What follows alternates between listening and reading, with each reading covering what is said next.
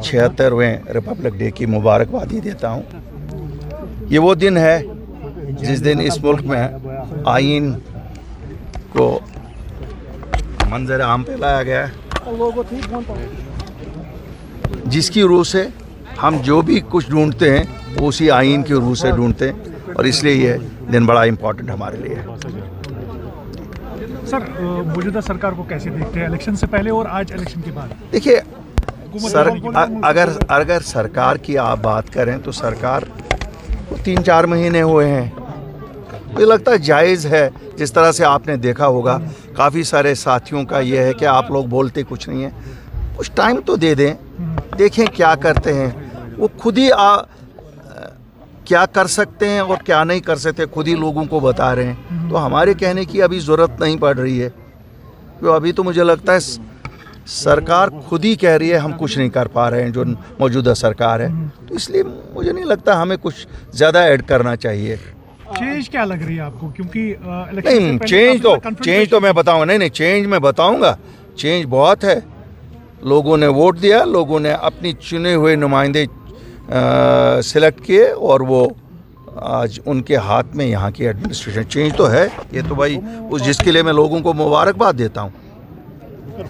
ऐसा नहीं है कि चेंज नहीं है, चेंज है। लोगों ने वोट दिया और हम तस्लीम किए हुए हैं उस डिसीजन को। ये सरकार लोगों की चुनी हुई सरकार है, इसमें कोई ना यूपी से आया है ना कोई बिहार से आया है, ये जम्मू कश्मीर के लोगों ने चुनी है और उसके लिए लोगों को मुबारकबाद दी है। उसमें तो बिल्कुल दो टोक हम बड़े क्लियर हैं।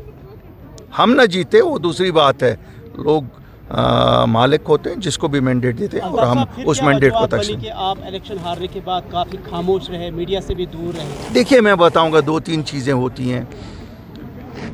आप नई एक सरकार जो आती है कुछ तो टाइम देना है ना। वो मेरी भी सरकार है ना, वो सबकी सरकार है, आपकी भी सरकार है।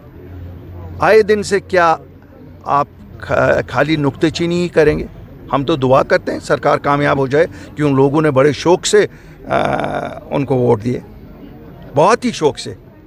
हाँ ये बात सच है, जो मैं पहले कहता था मैं आज भी कहूँगा, सच का बोलबाला रहेगा और हकीकत अब लोगों के सामने आ रही है।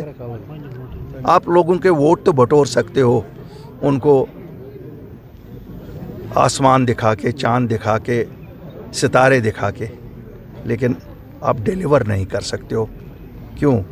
ख्वाब ही होते हैं, हकीकत होती है। आप कैसे देखते हैं कि अभी तक ये जो स्टेटहुड रेस्टोरेशन नहीं हुई और जो हुकूमत बनी है, जिस तरह से आप पहले नुक्ताचीनी करते थे, मामला ठीक नहीं, आप महसूस कर रहे हैं कि अब हालात में? देखिए पहले तो मैं बताऊंगा, एज अल्ताफ़ बुखारी मैं भी बड़ा खुश हूँ कि मेरे अपने लोगों की हुकूमत है।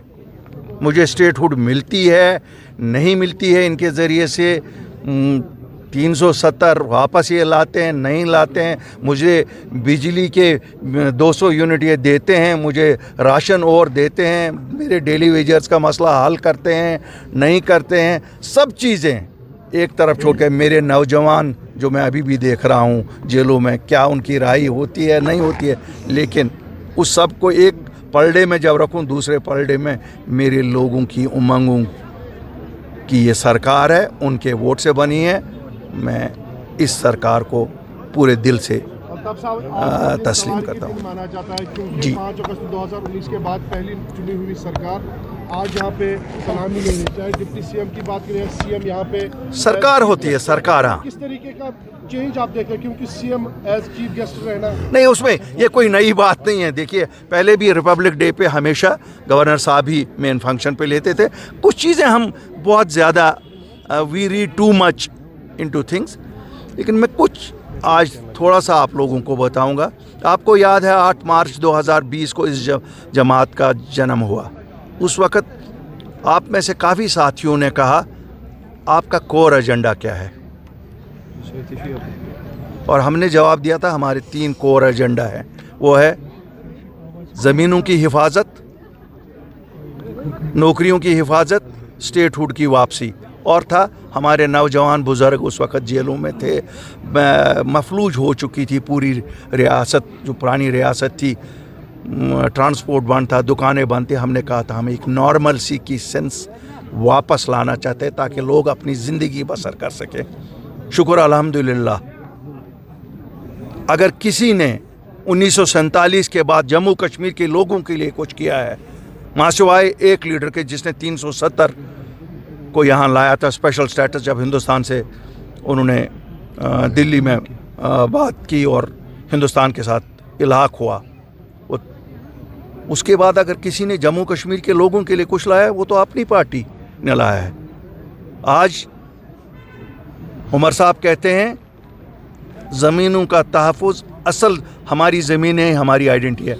उमर साहब, ये ज़मीनें तभी बची जब अल्ताफ़ बुखारी और उसके साथियों ने, अपनी पार्टी ने हिम्मत की, अपनी इज़्ज़त को दाव पे लगाया, अपनी इमेज को दाव पे लगाया। क्यों, यहाँ जो भी सच की बात कहता है और दिल्ली जाता है जहाँ से असल पावर फ्लोज, क्यों लाना तो दिल्ली से ही है सबको, तब उनको एजेंट कहा जाता है, प्रॉक्सी कहा जाता है, बी टीम कहा जाता है। शुक्र अल्हम्दुलिल्लाह आपने भी रियलाइज़ कर लिया कि असल आइडेंटिटी ज़मीन ही होती है। अगर ज़मीन ना रहती तो कुछ ना रहता, आप इलेक्शन भी जीते। मैं मुबारकबाद ही देता हूँ उन हज़ारों वर्करों को अपनी पार्टी के जिन्होंने गालियाँ खाई, क्या क्या ना सुना इन पिछले 5 सालों में, लेकिन जम्मू कश्मीर के लोगों के लिए ज़मीनें बचाई, जम्मू कश्मीर के नौजवानों के लिए नौकरियां बचाई। और आज मैं उन अपने वर्करों को, उन जाफिशा वर्करों को एक मैसेज देना चाहता हूं कि अल्लाह के फजल से अगर स्टेटहुड वापस आनी है, वो भी जम्मू कश्मीर अपनी पार्टी ही लाएगी और आप ही वर्करों ने उसके लिए जदोजहद करनी होगी।